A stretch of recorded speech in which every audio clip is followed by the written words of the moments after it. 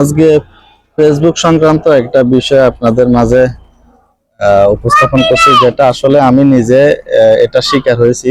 এখন কি জন্য শিকার হয়েছি এটা যখন রিসার্চ করতে গেলাম তখন বিষয়টা বের হয়ে আসলো আর কি। সেটা হচ্ছে আপনার আইডি কিংবা পেজে যদি একাধিক ভুল করেন, অর্থাৎ দুইয়ের অধিক আর কি ভুল করেন, তাহলে কমিটি স্ট্যান্ডার্ড নিয়ম অনুযায়ী কিন্তু আইডি সাসপেন্ড হয়ে যাবে। যেমন আমার আইডিটা এখন মনিটাইজেশন সাসপেন্ড আছে, ওনাদের committee standard guidelines rule back হয়েছে আর কি। এটা একবার করলে হয় না।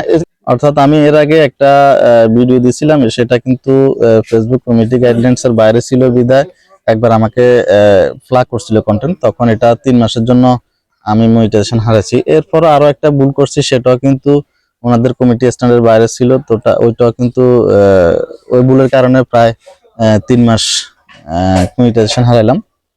শুধু মনিটাইজেশন এখন 2বার বা 3বার, এখন 3বারের সময় যখন এটা একই কাজ আবার হইলো তখন এটা সাসপেন্ড হয়ে গেছে। এই সাসপেন্ডটা আইডিতে ইস্যু আসে, রিকমেন্ডেশন চলে যায়, মনিটাইজেশন চলে যায় আর কি, সবকিছু সাসপেন্ড একসাথে হয়ে যায়।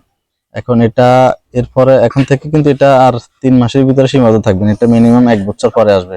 আমি যতবারে আইপিএল করি, যতবারে লাইভ করি, যত কিছু সাপোর্টে কথা বলি, লাভ হবে না। এটার মূল রেজাল্ট হচ্ছে 1 বছর, মানে 365 দিন এটা সময় লাগবে, এটা অটোই চলে যাবে। এখন এগুলো তো আমরা আসলে বানাই না, এটা যারা টেক রিলেটেড ভিডিও বানায়, আইটি যারা আছে তারাই ভালো বুঝে, তারা করে। এরপরে যখন নিজের সাসপেন্ড বিষয়গুলো নিয়ে যখন রিসার্চ করতে গেলাম তখন এই রেজাল্টটা পাইলাম আর কি।